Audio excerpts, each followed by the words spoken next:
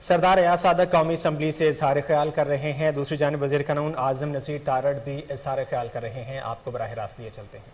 Fine tunings کی گئی ہیں. اس میں وہ مطالبات تھے جو لوگوں نے کیے اور وہ مطالبات وہ سجیشنز تھے جو عدالتوں نے دی. اس حوالے سے اسے بہتر کیا گیا تھا. اس ملک کے لیے ہم سب مل کے کام کریں اور دعا کریں کہ آئندہ آنے والی نسلوں کے لیے ایک اچھا معاشرہ چھوڑ کے دیں. بہت شکریہ. چیئرمین صاحب، الیکشن میں گورنمنٹ انٹرفیئر نہ کرے. اس زمانے میں انہوں نے جو پل کشمیر میں انٹری پوائنٹ ہے وہاں پہ انہوں نے سٹنگ فیڈرل منسٹر کی گاڑی رکوا کے واپس بھیج دی. وہ اس طرح کے آدمی ہیں. اب پروپوزل کس کا تھا؟ محترم پی ٹی آئی کے چیئرمین کا. اپوائنٹ کس نے کیا؟ پی ٹی آئی کے چیئرمین. نوٹیفیکیشن کس نے کہا؟ پی ٹی آئی کے چیئرمین. اگر وہ سیدھا چلنا چاہتے ہیں اور ان کی مرضی سے نہیں چلنا چاہتے تو یہ تو غلط بات ہے. کبھی وہ کہتے ہیں جی نیوٹرل میری مرضی سے نہیں چلتے، کبھی کہتے ہیں الیکشن کمیشن نہیں کرتے، کبھی وہ کہتے ہیں جوڈیشری نہیں چلتی. ان کی مرضی سے یہ ملک نہیں چل سکتا.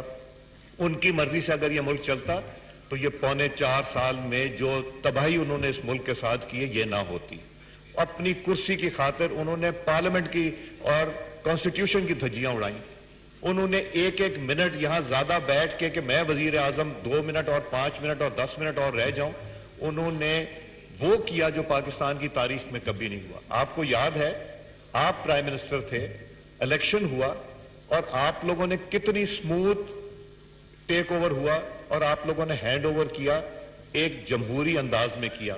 پریزیڈنٹ زرداری صاحب کو پرائم منسٹر نواز شریف صاحب نے عشائیہ دیا جس میں ساری جماعتوں کے لوگ تھے. فیئر ویل عشائیہ دیا جب وہ صدر کے عہدے سے اٹھے.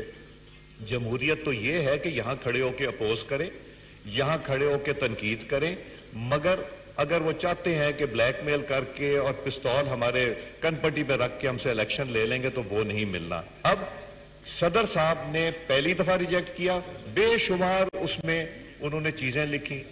لا منسٹر اور ہمارے آنریبل ممبران نے ایک پوائنٹ کا جواب بھی دیا، ریکارڈنگ کا حصہ ہے. دوسری دفعہ گیا انہوں نے پھر کہہ دیا جی مجھے بہت افسوس کی بات ہے جو اخبار میں لکھا تھا. افسوس کی بات ہے، یہاں بیٹھ کے اس میں دیتی اپنے ریکمنڈیشن، یہاں بیٹھ کے اس کے اوپر کاروائی کرتے، یہاں بیٹھ کے بات کرتے. پریزیڈنٹ صاحب has failed to fulfil his obligation and duties. اب واپس آ گیا.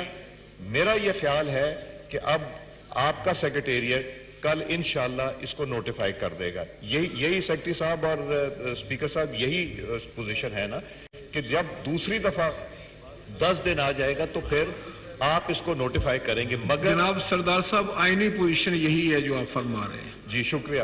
اب افسوس یہ ہوتا ہے کہ جو جمہوریت کی بات کرتے تھے انہوں نے پہلے بھی وہ ڈرامہ کیا. پہلے کھڑے ہو کے گالیاں دی پارلیمنٹ کو اور کیا کچھ نہیں کہا اور پھر اسی پارلیمنٹ میں آ کے بیٹھے. ہم تو پھر کہتے ہیں گالیاں بہت دے دی، آؤ پارلیمنٹ میں بیٹھو، پارلیمنٹ میں حصہ لو. مگر جو کچھ صدر صاحب نے کیا قابل مذمت ہے. وہ صدر پاکستان ہیں، وہ صدر پی ٹی آئی کے نہیں ہیں. ان کو چاہیے یہ تھا کہ اس چیز کو وہ کرتے جو قانون اور قاعدہ، ان کی ایک شخص کی مرضی اس پہ نہ مسلط کی جائے اور ڈکٹیشن اپنی پارٹی سے اپنی جماعت سے لینا مناسب نہیں ہے.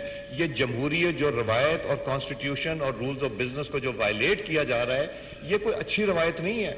کل وہ بھی اس جگہ ہو سکتے ہیں. اب تو مشکل لگتا ہے کہ وہ وہاں ہوں گے.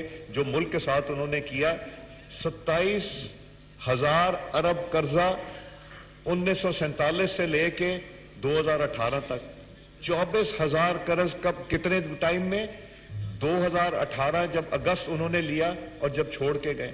یہ پاکستان کو کن جگہ پہ چھوڑ کے گئے ہیں؟ یہ وہ انہوں نے جو پاکستان کے ساتھ تباہی اور بربادی کی ہے، جو ان کے ساتھ کھڑے ہوئے. میں تو ان کے اوپر حیران ہوتا ہوں. مگر جمہوریت ہے، وہ ان کی سوچ ہے، وہ ضرور ان کے ساتھ کھڑے ہوں. مگر مجھے آج دکھ ہوا، افسوس ہوا کہ پاکستان کے قانون، پاکستان کی کانسٹیٹیوشن کے ساتھ جس طرح کا ایک نیا مذاق ہوا، یہ بڑے تکلیف کی بات ہے. آخری بات میں کروں گا، چوتھی بات. نوید قمر صاحب کی بھی تعریف کر لی، اب خیال میرا رکھیں گے. مخدوم صاحب نے بہت اچھا کام کیا، یہ بھی ہی از اے کمپیٹنٹ منسٹر آلسو.